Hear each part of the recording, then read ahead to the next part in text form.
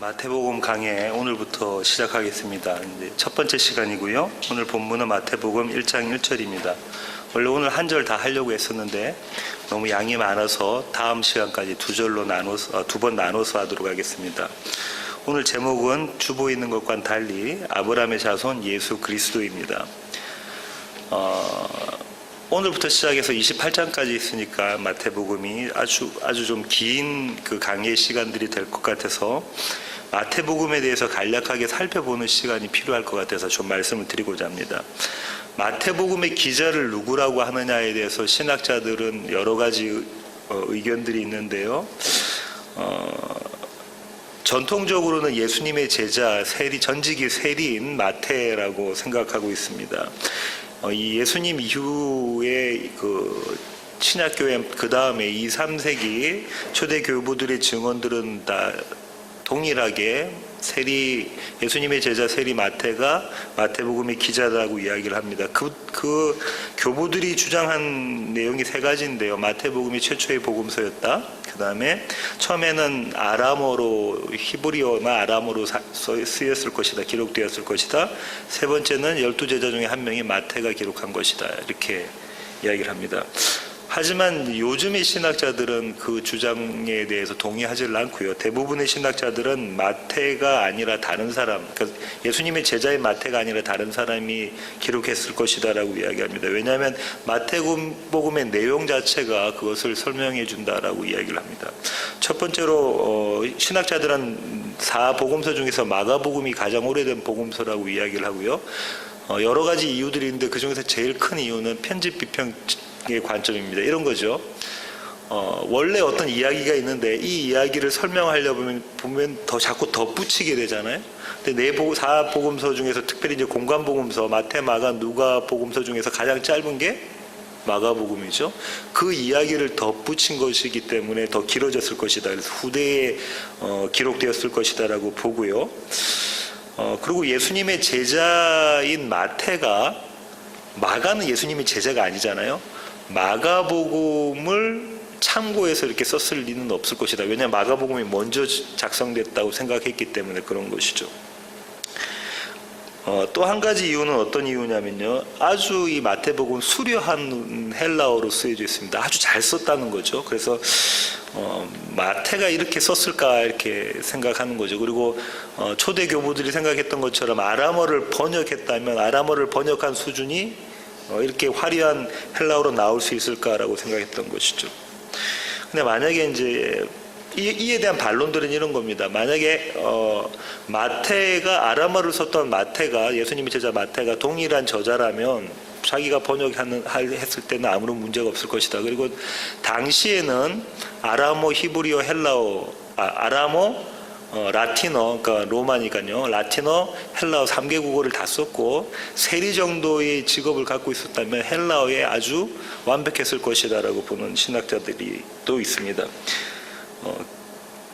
기자가 누군가는 사실상 문제가 되지 않지만 제 견해로는 예수님의 제자 전직이 세리인 마태라고 보고 있습니다.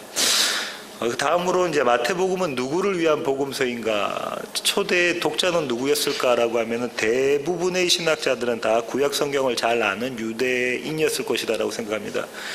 그렇게 생각하는 근거가 되는 것이 첫 번째 1장 1절부터 아브라함과 다윗의 자손 예수 그리스도의 계보라고 나와 있잖아요. 그러니까 뭘 이야기하고 있냐면 유대 사람들이 관심 가질 수 있는 그 주제로부터 시작한다는 것이죠. 그리고 구약 인용이 아주 많습니다.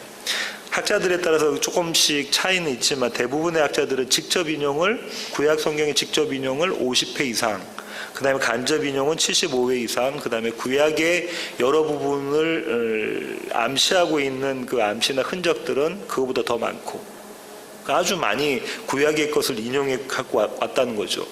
그러니까 자연히 이 마태복음의 작성 목적은 1차적으로 유대인 그리스도인들을 위한 것이거나 아니면 유대인들 중에서 아직 예수를 모르는 자들에게 예수를 전하기 위한 목적이다 이렇게 봅니다. 그런 것을 이제 그 마태복음은 뭘 갖고 있냐면 예표론을 가지고 있는 거예요. 그러니까 구약을 많이 인용했다는 것은 뭐죠? 구약에 있는 그림을 가지고 신약, 예수를 설명하는 거죠. 그러니까 예표론이라고 합니다. 영어로는 타이폴로지라고 그러는데요. 마태복음 2장 15절 한번 보세요. 거기 보면 이루려 하심이라 나오잖아요. 18절 이루어졌느니라, 23절 이루려 함이로라. 무엇을 이루려 하는 거냐면 구약의 말씀들을 이루려고 하는 것이다. 성취되는 것이다. 예수 그리스도를 통해서 성취되는 것이다 라는 것을 보여주면서 예수를 믿는 유대인 그리스도인들에게 확신을 심어주는 거죠. 너희가 믿는 예수가 이 하나님께서 약속하셨던 이 구약을 성취하시는 분이다라는 것을 심어주기 위한 것이다라는 것이죠. 그리고 궁극적인 독자는 물론 저와 여러분, 이 교회에게 주신 말씀입니다. 마태복음의 주제를 한마디로 말한다면 하나님 나라의 도래입니다. 천국의 도래. 하나님 나라가 이제 왔다라는 것이죠. 왕이신 예수님을 소개하면서 이 하나님 나라의 주인 되시는 하나님께서, 예수님께서 다스리시는 하나님 나라가 왔다는 것을 이야기합니다. 그래서 마태복음에서는 중요한 두 인물이 예수님과 침례 요한이 나오는데요. 침례 요한과 예수님이 하신 말씀을 한번 보겠습니다. 마태복음 3장 1절로 가겠습니다. 마태복음 3장 1절부터 2절입니다. 그때의 침례 요한이 이르러 유대 광야에서 전파하여 말하되 회개하라 천국이 가까이 왔느니라 하였으니, 회개하라 하나님의 나라가 왔다라고 그 침례 요한이 이야기하고 있죠. 4장 17절로 가겠습니다. 이때부터 예수께서 비로소 전파하여 이르시되 회개하라 천국이 가까이 왔느니라. 침례 요한이 전했던 말과 똑같은 것을 전하고 있잖아요. 그러니까 예수님, 마태는 지금 이렇게 이야기하는 거죠. 예수님께서 하나님의 나라를 선포하시는 것이다. 이제 하나님의 나라가 여기 왔다라는 것을 가리킨다, 이렇게 보고 있는 것이죠. 마지막으로 마태복음의 구조에 대해서 살펴보겠는데요. 이건 신학자들 간의 견해가 여러 견해가 있습니다. 첫 번째 견해는 사역의 장소에 따라 달라지는 건데요. 첫 번째는 갈릴리에서 사역하셨고, 그 다음에는 유다 전 지역, 특별히 유다 전 지역과 예루살렘에서 사역을 하셨는데요. 1장부터 13장까지는 갈릴리에서 사역하셨습니다. 13장 57절로 가겠습니다. 예수를 배척한지라 예수께서 그들에게 말씀하시되 선지자가 자기 고향과 자기 집 외에서는 존경을 받지 않음이 없느니라 하시고, 13장까지 쭉 다 끝나서 1장부터 13장까지 끝나서 결론이 뭐죠? 갈릴리에서 예수님에 대한 갈릴리 사람들의 반응은 뭐죠? 배척이라는 거죠. 그런데 여러분 잘 아시다시피 마지막까지 28장까지 쭉 가면 예루살렘 사람들이 예수님에 대한 반응은 뭐죠? 배척. 너무 심하게 배척해서 죽이려 하는 그림이 그려져 있잖아요. 그렇게 두 부분으로 구조를 나누기도 합니다. 또 이런 문구 갖고 나누기도 하는데요. 이 말씀을 마치심에 라든지 명하기를 마치시고라는 단어, 그 구절이 5번 나와요. 이렇게 5번 나오는데, 지금부터 그 성경책을 쭉 넘기면서 한번 보세요. 마태복음 5장부터 7장까지 여러분이 잘 아시는 뭐가 있냐면 산상수훈 있죠. 그 다음에 10장을 쭉 보시면 12제자를 내보내시면서 선교에 대한 사명을 주시면서 말씀을 하시는 강론이 있습니다. 그 안에 하나님의 나라를 포함하고 있고요. 13장으로 넘겨보세요. 마태복음 13장 보시면 비유 나오는데, 이 비유가 천국의 비유, 하나님의 나라에 대한 비유가 나옵니다. 그 다음에 18장 보세요. 마태복음 18장 보시면 또 천국은 이와 같다라고 하시면서 천국에 대한 이야기를 또 설명하시고, 23장부터 25장까지는 외식하는 서기관과 바리새인들 쭉 이야기하시면서 그 다음에 또 천국에 대한 이야기를 하십니다. 다시 말하면 이 5가지 강론이 있는데, 이 5가지 강론이 천국에 대한 이야기를 하고 있는 거예요. 산상수훈 처음 어떻게 시작하죠? 복 있는 사람에 대한 이야기로 시작하잖아요. 복 있는 사람은 천국을 소유한 사람에 대한 거예요. 천국을 가진 사람, 예수님을 품은 사람, 예수님과 연합한 사람의 정체성, 아이덴티티는 이런 것이다라고 시작하는 거잖아요. 마태복음 이런 강론을 5개를 가지고 있습니다. 사이사이에 에피소드들이 들어가 있어요. 5가지 강론. 이것을 보고 신학자들은 이렇게 이야기합니다. 마태복음을 신모세오경. 모세오경이 있잖아요. 창세기, 출애굽기, 레위기, 민수기, 신명기처럼 신모세오경인데, 예법이 모세를 중심으로 한 예법이라면 이제는 예수님을 중심으로 한 교사로서 가르치시는 분으로서 예수님께서 하나님의 법을 가르치시는 것에 대한 이야기를 하고 있다는 것이죠. 신명기 18장 15절로 가겠습니다. 내 하나님 여호와께서 너희 가운데 내 형제 중에서 너를 위하여 나와 같은 선지자 하나를 일으키시리니 너희는 그의 말을 들을지니라. 선지자가 일어날 것이다. 너희는 그 말을 들어라 라는 말씀이 나온다. 그죠? 18절로 한번 볼까요? 내가 그들의 형제 중에서 너와 같은 선지자 하나를 그들을 위하여 일으키고 내 말을 그 입에 두리니 내가 그에게 명령하는 것을 그가 무리에게 다 말하리라. 선지자에 대한 이야기를 하고 있다. 그죠? 사도행전 3장 22절로 가볼까요? 모세가 말하되 주 하나님이 너희를 위하여 너희 형제 가운데서 나 같은 선지자 하나를 세울 것이니 너희가 무엇이든지 그의 모든 말을 들을 것이라. 누구든지 그 선지자의 말을 듣지 아니하는 자는 백성 중에서 멸망받으리라 하였고, 이게 좀 전에 우리가 읽었던 신명기 말씀입니다. 또한 사무엘 때부터 이어 말한 모든 선지자도 이때를 가리켜 말하였느니라.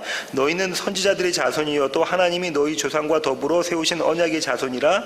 아브라함에게 이르시기를 땅 위의 모든 족속이 너희의 씨로 말미암아 복을 받으리라 하셨으니, 쭉 이렇게 쭉 설명되어 있죠.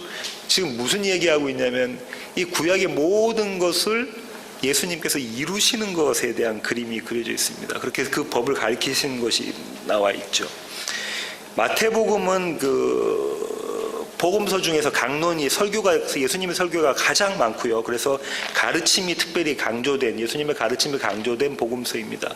마가복음하고 마태복음을 비교해 보면 마가복음은 이렇게 나옵니다. 주로 어떤 에피소드 사건 다음에 이렇게 마가가 기록하고 있는데요. 아직도 깨닫지 못하느냐? 이렇게 예수님이 제자들에게 물어보시는 게 나와요. 그렇다면 마가의 포커스는 어디 있냐면 제자들이 실패한 모습에 있어요. 제자들이 실패한 모습으로 우리가 무언가를 깨우치기를 원하는 거죠. 근데 마태복음은 그거와 달리 똑같은 에피소드 뒤에 어떻게 이야기를 하냐면 이렇습니다. 그제서야 제자들이 깨달으니라. 제자들이 이해하고 있는 것을 강조하고 있죠. 그러니까 마태복음 교사로 오신 예수님에 대한 그림이 그려져 있다는 것을 알 수가 있습니다. 여기까지 마태복음에 대한 전반적인 개론을 좀 정리를 해봤고요. 오늘 본문인 마태복음 1장 1절로 들어가 보겠습니다. 1장 1절 저와 여러분이 함께 한번 같이 읽어보겠습니다. 같이 읽겠습니다. 시작. 아브라함과 다윗의 자손 예수 그리스도의 계보라. 새 번역은 어떻게 번역했냐면요.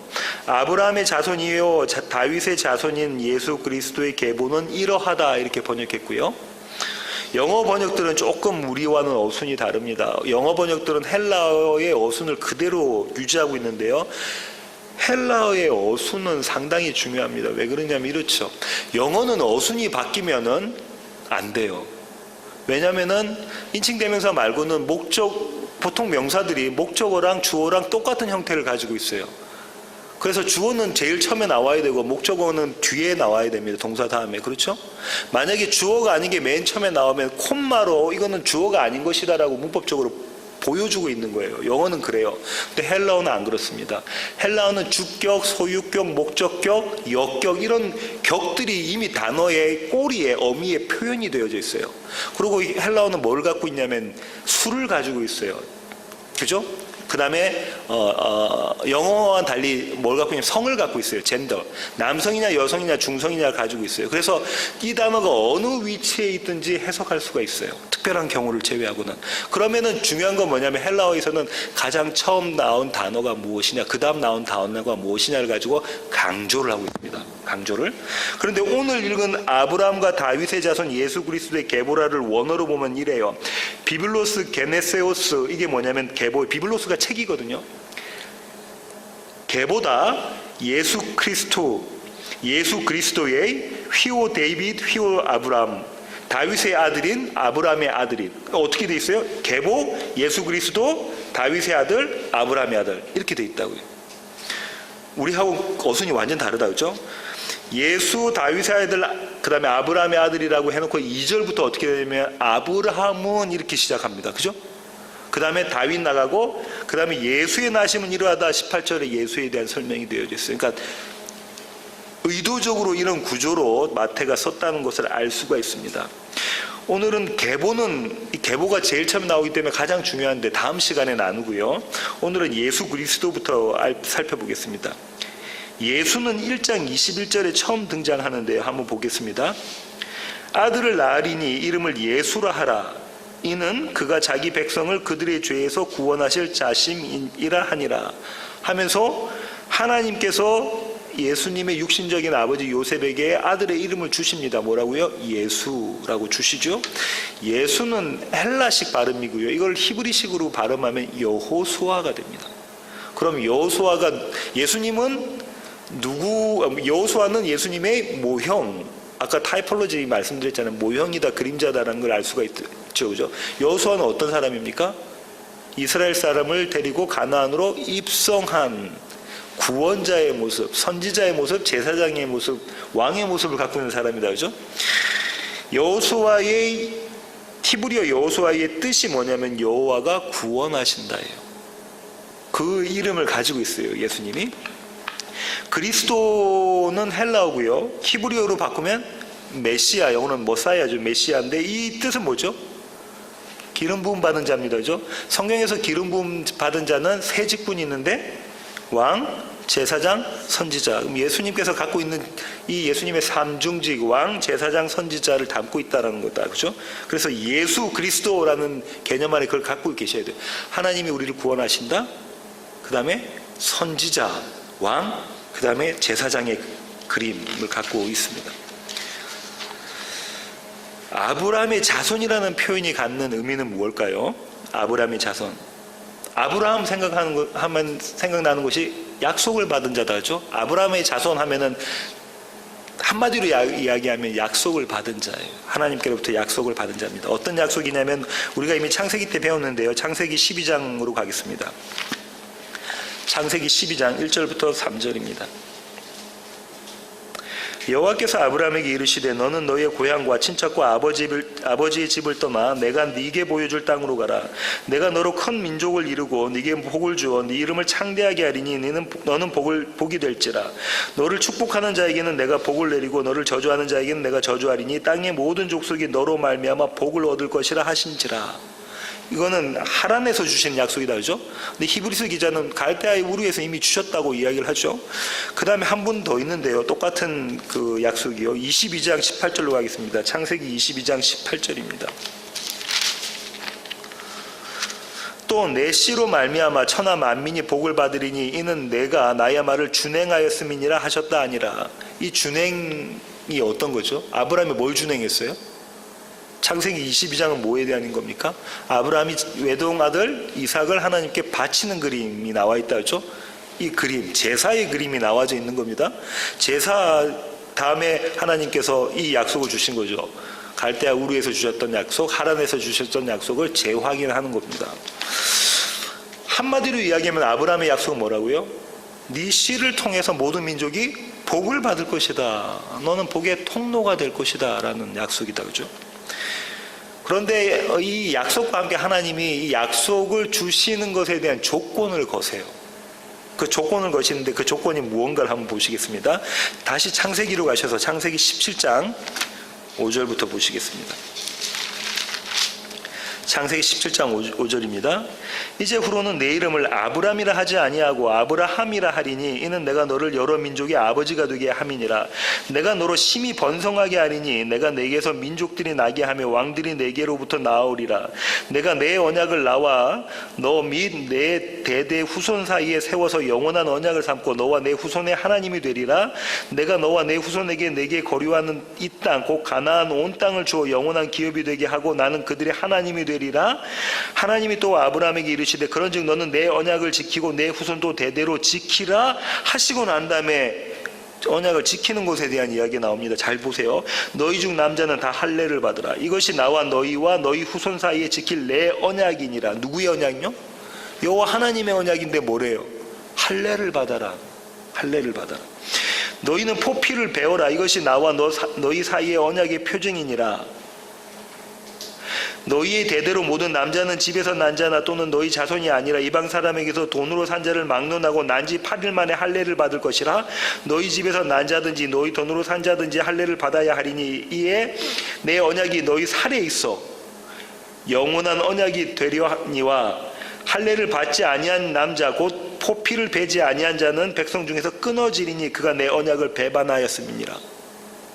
심각한 조건을 거셨는데 그게 뭐냐면 이스라엘 백성들 남자들이 할례를 받지 않으면 내 언약에서 끊어질 것이다 라고 이야기합니다. 그죠?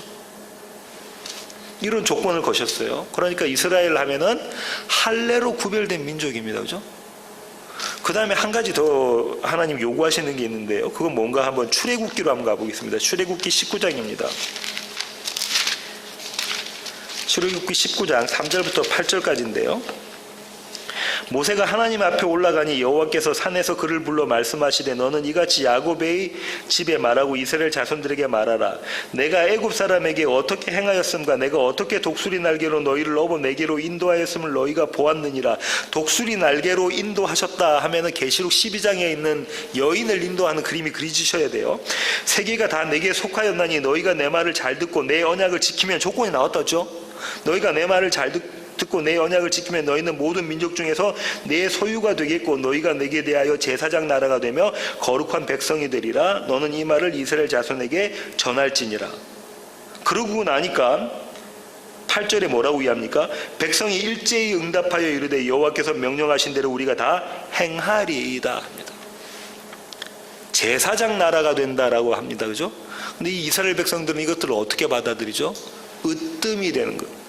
인류 중에 모든 민족 중에 으뜸이 되는 것으로 받아들입니다. 제사라는 것이 들어있는데 제사라는 것에 의미가 있는데 그죠? 할례라는 의미가 있는데 그렇게 표면적으로 표피적으로 이해하고 있죠. 그러니까 이제 이렇게 정리해 보면 유대인들이 가졌을 아브라함의 자손, 아브라함의 언약 하면 그들이 가졌을 생각은 이런 것들이죠. 우리는 아브라함의 자손이야. 우리는 오직 우리 민족만 여호와 하나님께 택함받은 선택받은 민족이다. 우리는 이 세상의 으뜸이 될 것이다. 왜냐하면 하나님이 그렇게 약속을 하셨으니까. 인류 최고의 약속을 받은 민족 이스라엘이 되는 거죠. 그러니까 이방인들을 어떻게 취급했습니까? 개 취급했습니다. 저 할례 받지 못한 자들 이렇게 개 취급했죠. 극도로 교만한 자들인 거죠. 이런 아브라함의 약속을 받은 아브라함의 자손이라는 위상을 가진 이스라엘 백성들의 현실은 어떤가요? 예수님 당시의 현실은 이런 그들의 정체성과는 달리 헬라 제국, 그러니까 그리스 제국에 이어서 로마 제국이 그들을 정복하고 다스리고 있었다. 그죠? 그들은 식민지였고 그 나라에 조공을 바치고 있는 나라 이런 서름을 안고 있는 자들이었어요. 그러니까 그들의 한 가지 소망은 뭐겠어요? 이스라엘의 회복입니다. 이스라엘의 부흥인 거죠. 잃어버렸던 이스라엘의 영광을 되찾는 것. 다음 시간에 말씀드리겠지만 다윗 왕의 영광을 회복하는 것이 이들의 목표였죠. 바람이었고요. 그런 바람을 갖고 있는 이들은 당연히 그렇게 생각했어요. 왜냐하면 출애굽, 애굽에서 건져내신 하나님이, 바벨론선에서 건져내신 하나님이 이 로마의 제국으로부터 우리를 반드시 건져내실 것이다. 그리고 그 일의 주인공이 누구시다? 메시아. 그리스도가 될 것이다 라는 민족적인 그리스도 메시아에 대한 사상을 가지고 있었죠. 그 구원의 정점에 메시아 그리스도가 있었습니다. 그러니까 이들은 이제 하나님께서 반드시 그 약속을 지킬 거니까 이들이 해야 될 일은 뭐겠어요? 아까 이들이 해석한 것은 하나님이 약속을 지키시는 데에 조건이 달렸잖아요. 그게 뭐였죠? 할례하고 제사장 나라가 되는 거였다죠. 그러니까 이들은 구별된 할례를, 모든 백성이, 남자들이 구별된 할례를 반드시 합니다. 아까 말씀드린 것처럼 할례 안 하는 백성들은 개 취급을 해버리고 반드시 하면서 힘을 다해 뭘 지키려고 하죠? 법을 지키려고 합니다. 율법을 지키려고 합니다. 대표적인 사람들이 바리새인들이죠. 이런 모습은 신약교회에서도 점차 바뀌어지진 않아요. 왜냐하면 이 사람들이 이 아이덴티티 정체성이기 때문에 그래요. 뭐 할례와 뭐가 법을 지키는 것이. 그러니까 할례 받아야 된다, 법을 지켜야 된다, 절기를 지켜야 된다로 자꾸 강조를 하죠. 신약교회에서. 근데 바울은 그거 아니야, 그거 아니야, 그거 아니야. 왜냐면 이거 잘 바꿔지지가 않아요. 수제자인 베드로가 어떻게 했죠? 이방인들하고 밥 먹고 있다가 이스라엘 교회에서 온 사람들 보니까 도망갔잖아요. 그게 당연한 그 모습이는 거예요. 오늘날 교회도 크게 다르지 않습니다. 오늘날 교회도 이런 얘기를 간혹 잘 듣게 되는데요. 이 만물을 지으시고 모든 것을 갖고 계신 하나님께서 당신의 자녀들에게 좋은 것 주시려고 하시지 않을까? 우리가 우리의 자녀들에게도 이것저것 가르쳐주고 싶고 이것도 주고 싶고 이런 것도 주고 싶고 좋은 거 다 해주고 싶은데 하나님이 이 세상을 다 갖고 계신 하나님이 우리 자녀들에게 이거 다 해주고 싶지 않을까? 네가 믿음이 적어서 입이 짧아서 왜 구하지 않니? 라고 이야기하죠. 그죠? 창세기 1장 28절에 생육하고 번성하고 땅에 충만하고 땅을 정복해라 해라 했는데 왜 하지 않니? 믿음 없는 자여. 이렇게 이야기를 하죠. 그러면서 말씀에 순종해서 열심을 내고 교회에 출석하라고 이야기합니다. 봉사하라고 이야기하죠. 힘을 다해서 봉사하고 힘을 다해서 물질로 헌신하고 성교 힘을 다해서 가고 그것들이 나쁘다는 것이 아니고 그것을 뭘로 보는 거예요? 복의 조건, 약속의 조건으로 바라본다는 것이죠. 그 조건을 걸었으니까 이제는 하나님께서 우리에게 베풀어 주실 것은 자녀가 잘 되는 것, 자녀가 명문대학 가는 것, 내가 사업에서 실패하지 않고 성공하는 것, 부자 되는 것, 건강한 것, 장수하는 것, 위의 자리에 올라가는 것, 이런 것들을 하나님께서 복으로 이제 주실 것이다. 충만하고 번성하고 땅을 정복할 수 있게끔. 그렇게 생각합니다. 교회만 그렇게 생각하는 것이 아니고요. 목회자들만 그렇게 이야기하는 것이 아니고 신학자들도 그렇게 생각해서 예수 잘 믿어서 불신자들을 몸종으로 거느리는 천년왕국, 그걸 우리가 가져야 되니까 예수 잘 믿어야 된다라고 이야기하는 거죠. 천년왕국을 그렇게 보는 것은 이 세상의 관점으로, 세계관으로 그렇게 보는 거죠. 그죠? 그러면서 또 교회들은 뭘 이야기합니까? 상금론 주장합니다. 그죠? 상금론을 주장합니다. 부끄러움 구원받지 말고 열심히 힘을 다해서 열심히 신앙생활해서 주렁주렁 무엇이 많이 달린 그런 면류관을 받자, 이렇게 이야기를 하죠. 이 모습이 예수님 당시의 바리새인과 사두개파와 제사장들의 모습과 결코 다르지 않습니다. 그런데 마태와 신약의 성경의 기자들은 오늘 나와 있는 아브라함의 자손 예수 그리스도를 그렇게 해석하지 않습니다. 아브라함의 자손 예수 그리스도를 한마디로 아브라함의 자손 하면 뭐라고요? 약속을 받은 자라고 아까 말씀을 드렸죠. 그러니까 예수님은 반드시 육신적으로는 아브라함의 자손으로 나와야 돼요. 그 계보를 지금 설명하고 있는 것이죠. 근데 이것은 짧은 이해이고 표면적인 이해입니다. 조금 더 행간을 들어가면 이런 거죠. 이거는 반드시 영적으로 해석해야 되는데요. 바울은 이렇게 이야기합니다. 이스라엘 사람, 유대 사람들에게 얘들아, 너희들이 뭔가 잘못 알고 있다. 그 약속은 너희가 열심을 내어서 쟁취해낼 수 있는 것이 아니다. 그렇게 성취할 수 있는 것이 아니야. 이 약속의 주인공은 한 분, 예수 그리스도야.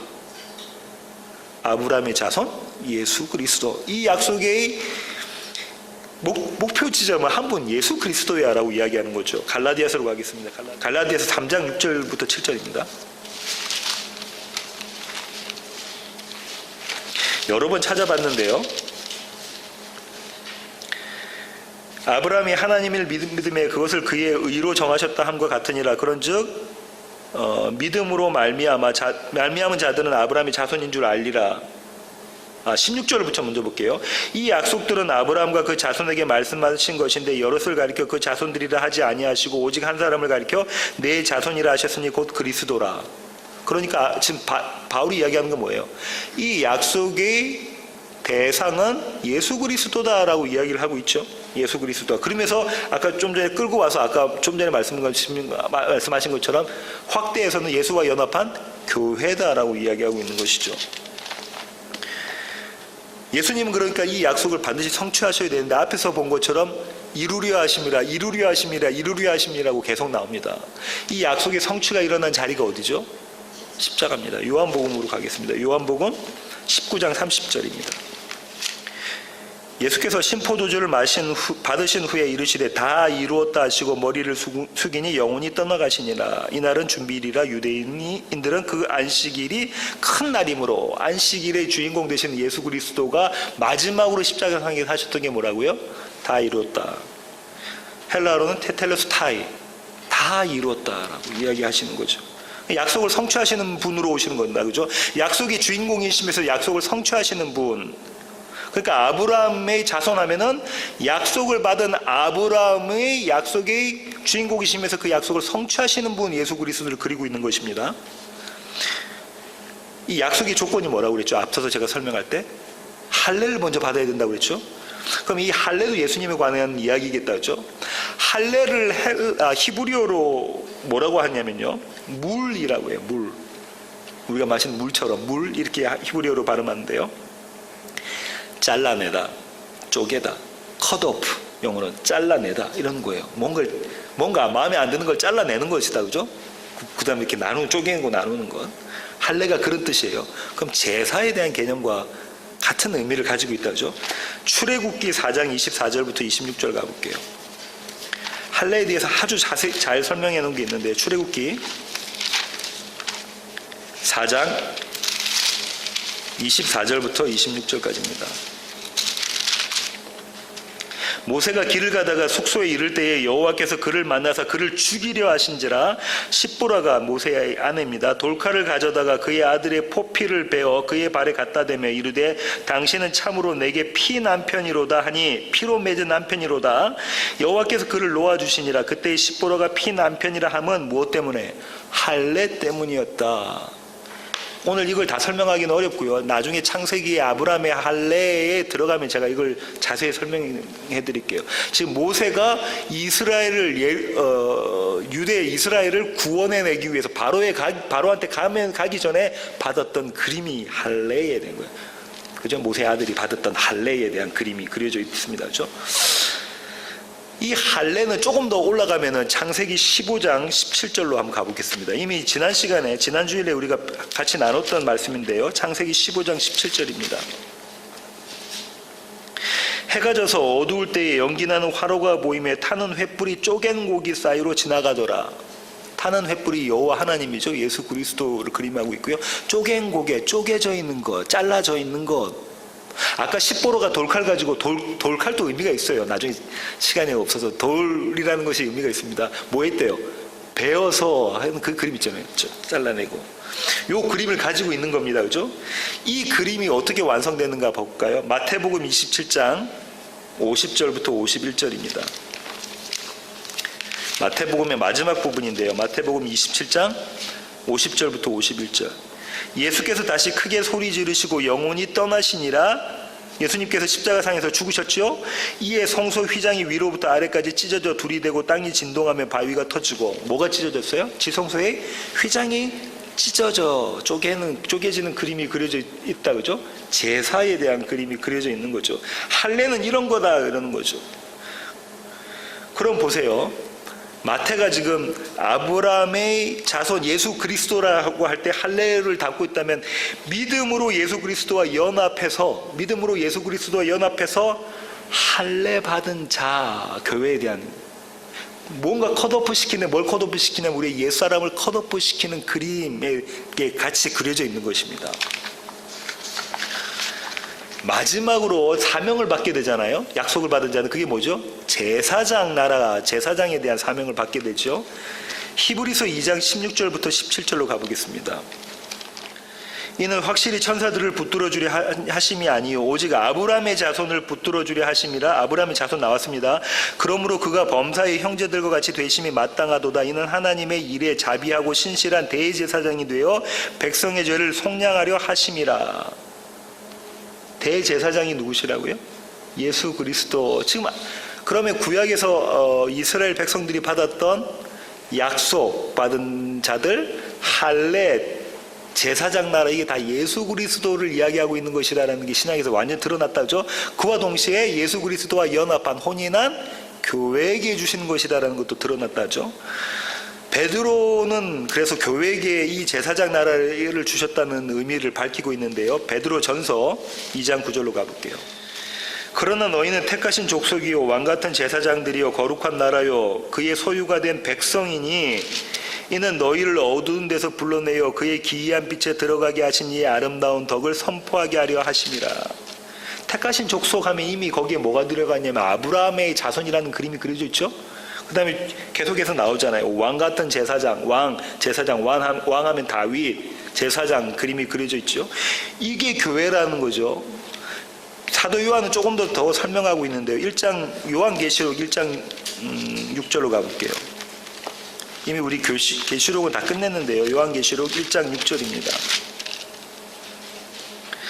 그가 아버지 하나님을 위하여 우리를 나라와 제사장으로 삼으신 그에게 영광과 능력이 세생토록 있기를 원하노라. 아멘.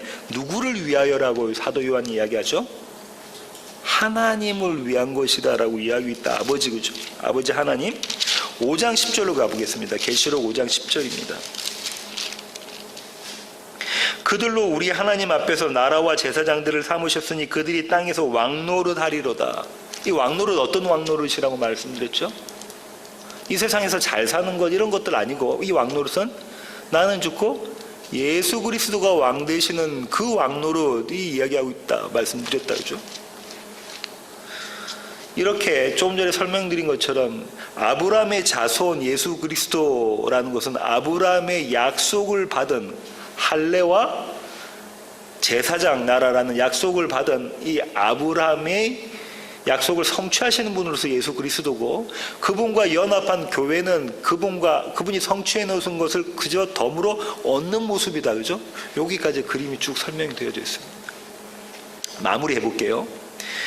오늘 다시 읽었던 마태복음 1장 1절 아브라함과 다윗의 자손 예수 그리스도의 계보라에서 아브라함의 자손 예수 그리스도는 아브라함의 언약이 뭐라고요? 한마디로 말하면 아브라함의 언약이 뭐라고요?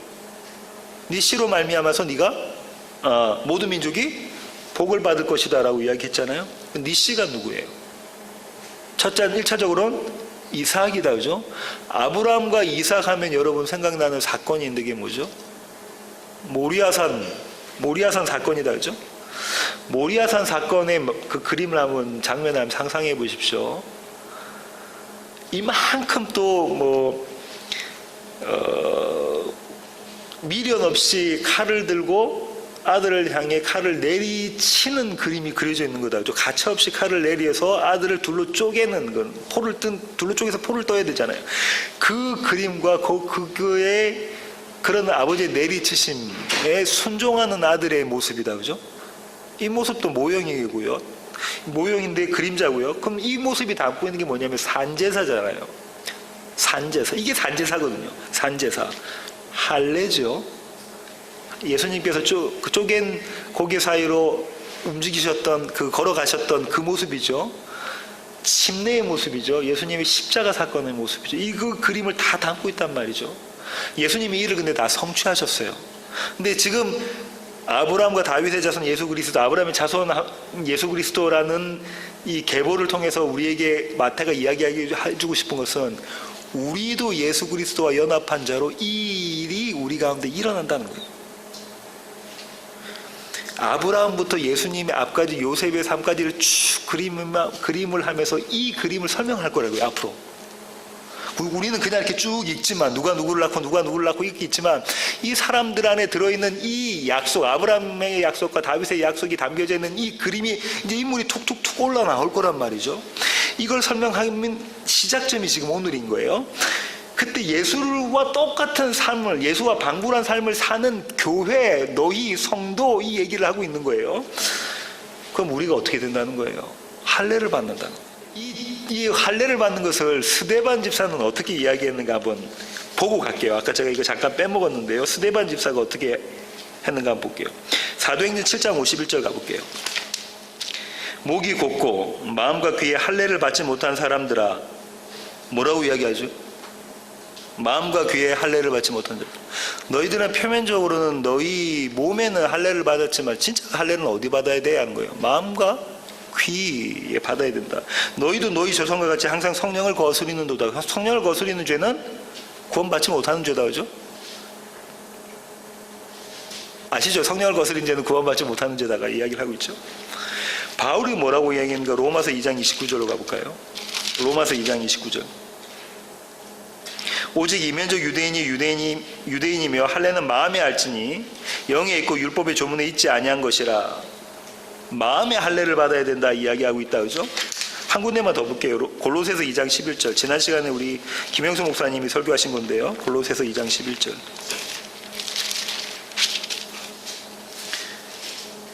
또 그 안에서 너희가 손으로 하지 아니한 할례를 받았으니 곧 육의 몸을 벗는 것이요 그리스도의 할례니라. 그럼 지금 할례가 뭐라는 거죠? 육의 몸을 벗는 거. 옛사람은 죽는 거, 그 그림이 할례다 이 이야기를 하고 있잖아요. 예수님과 우리는 그 할례를 받으면서 제사장 나라는 뭐예요? 제사 지내는 모습, 나는 죽고 예수 그리스도가 사는 모습으로 우리가 세상에 그렇게 드러나는 모습, 빛 대신 예수가 드러나는 모습, 그것을 우리가 보일 것이다 라는 걸 이야기하는 거죠. 하나님은 반드시 저와 여러분의 삶에 이 일을 하십니다. 다시 말하면 우리의 삶을 박살내시는 거예요. 우리의 삶을 박살내십니다 할 때 김영수 목사님처럼 아멘 할 수 있는 사람이 성도인 거죠. 그 아멘은 우리로서는 도저히 할 수 없는 거거든요. 하나님이 하실 수 있는 것이니까. 왜 우리의 삶을 박살내시냐면 우리를 너무도 사랑하시기 때문에 그렇습니다. 우리를 살리시려고. 우리의 옛사람을 죽여서 오직 한 분 하나님만이, 예수 그리스도만이 우리 안에서 살아나시는 새 사람으로 옷 입고자 그렇게 우리 가운데 하십니다. 이런 모습이 드러난 한 인물이 있는데 아브라함의 자손이라고 칭함을 받은 한 인물이 있습니다. 그 사람을 잠깐 소개하고 오늘 설교를 마치겠습니다. 누가복음으로 가겠습니다. 누가복음 19장입니다. 1절부터 보죠. 10절까지 보겠습니다. 예수께서 여리고로 들어가 지나가시더라. 삭개오라 이름하는 자가 있으니 세리장이요 또한 부자라. 이 세리장이라는 개념은 아까 이해가 되신다 그죠? 이스라엘 사람들에게는 어떤 자, 그러니까 죄인 중에 괴수예요 한마디로. 그들의 민족의 입장에서 보면. 또한 이 사람은 부자였어요.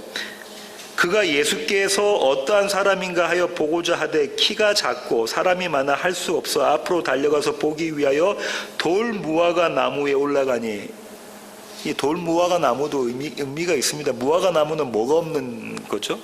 나무죠? 열매 없는 나무예요. 그건 열매가 아니에요. 그죠? 무화과는 열매가 아닙니다.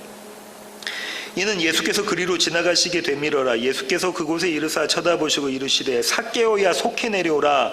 내가 오늘 네 집에 유하여야 하겠다 하시니. 삭개오야 속히 내려오라. 예수님께서 삭개오 앞에 가셔서 삭개오야 속히 내려오라. 내가 오늘 네 집에서 유하겠다. 이게 뭡니까? 내가 오늘 너와 결혼하겠다. 혼인하겠다. 너와 연합하겠다. 하나 되겠다라고 말씀하시는 거죠.